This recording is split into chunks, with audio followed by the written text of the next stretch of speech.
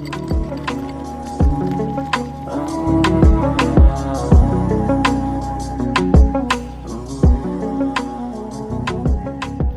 y'all, welcome to another video. This is Carnivore J. I'm going to show you how to make beef tallow from home. So go ahead and get some beef fat from your local butcher. Make sure it's grass fed. If not, it won't kill you. You're fine. You're going to want to go ahead and chop up your beef fat into small pieces. Preferably, if you can get it grounded at your supermarket, butcher, wherever you get your meat from, it might help if you can get it, grounded up. But you're looking for that about that size. That I just showed you. So go ahead and keep chopping up all the beef fat. The reason I'm showing you guys how to use this beef fat, obviously it's in the name. I am on a carnivore diet. I'm trying to lose weight, reverse some diabetes, reverse high blood pressure, just above and beyond of items that I'm trying to fix. So besides that, beef tallow, you can actually use this on your skin. You can make soap, laundry detergent, fry your food in it, cook. I mean, just look up all the benefits from it, but this is what you're looking for when you get to the point that you have to get it chopped up. Get you some mason jars as well so that you can preserve your beef fat in there and keep it going.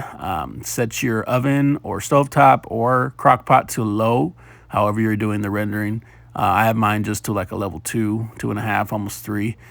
I don't want to burn it when you put the fat pieces in, so make sure you do this portion quickly and get to stirring the beef fat so that nothing gets stuck to the bottom of the pan. As I stated before, I do prefer, if you guys do try this out, try to get your beef fat grounded up by your butcher. That'll make this process a lot quicker. In total, this did take me about 4 hours. So anyways, once you get this part going, you're going to want to get some water. Go ahead and pour the water in there. Some people say cover the fat. Some people say just halfway. I say do it to what you feel is going to work out so that you don't burn the fat while it's cooking. So to me, I would say not even half a cup, a little bit less. But 45 minutes later, this is what the fat looks like while it's on the stove. You see it looks a lot more translucent. A lot of the fat has been coming out of the beef fat.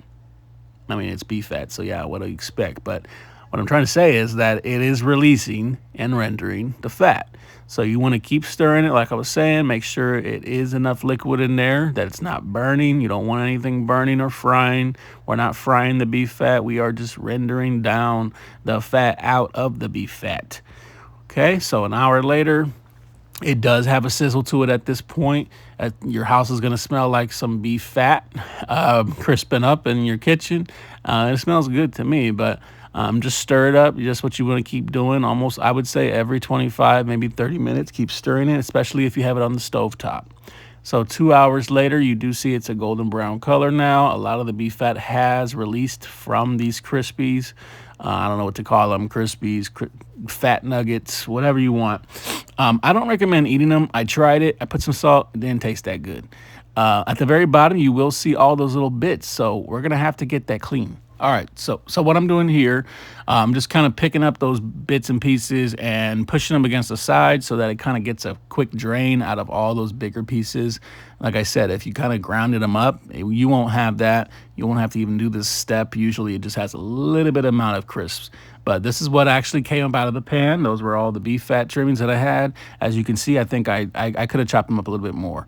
There are the little bits and pieces that we are going to drain. So I got a napkin, I got a regular salad strainer, however you want to call it, tin bowl. You're going to want to put that above the tin bowl, your strainer, and then put the napkin down just to catch those little bits and pieces. You will see how great that works. Some folks recommend like cheesecloth. I don't have a cheesecloth. I'm a regular guy that's trying to do the carnivore diet. So this is what helps for me. I kind of went through a couple paper towels. It didn't mind, but I didn't oversaturate it. As you see, I only do halfway. And then once, that starts seeping through, the little bits and pieces will stick to the napkin. You can even squeeze the napkin once you feel that all the liquid has drained out or the beef fat.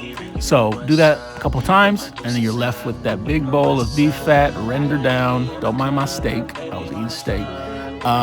Those are the crispies. Like I said, you can keep them. I did keep them just to see if I needed some fat intake, but didn't. Here's the mason jar. We're gonna actually pour in the beef fat into this mason jar so that we can keep it for cooking. You can, like I was saying, you can use it for a lot of things. Here's a little clip right here showing that I did pour all that in there. I just wanted to kind of speed up the video a little bit, but as you see, it was extremely hot. I don't recommend putting it in the fridge immediately. You're gonna wanna leave it out a little bit, as well as look how clear that looks. I was very shocked to see how clean the beef that looked. The napkin trick worked, so follow that.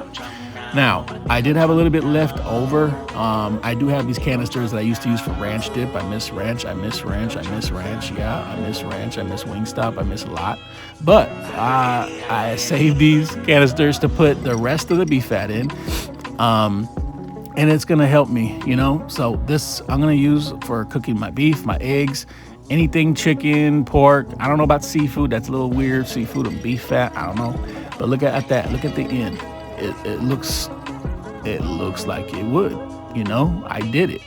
So if I could do this, you guys can do this. If you wanna try it out, go ahead, get your local beef fat from your store, render it down, and you will have a mason jar that looks just like that.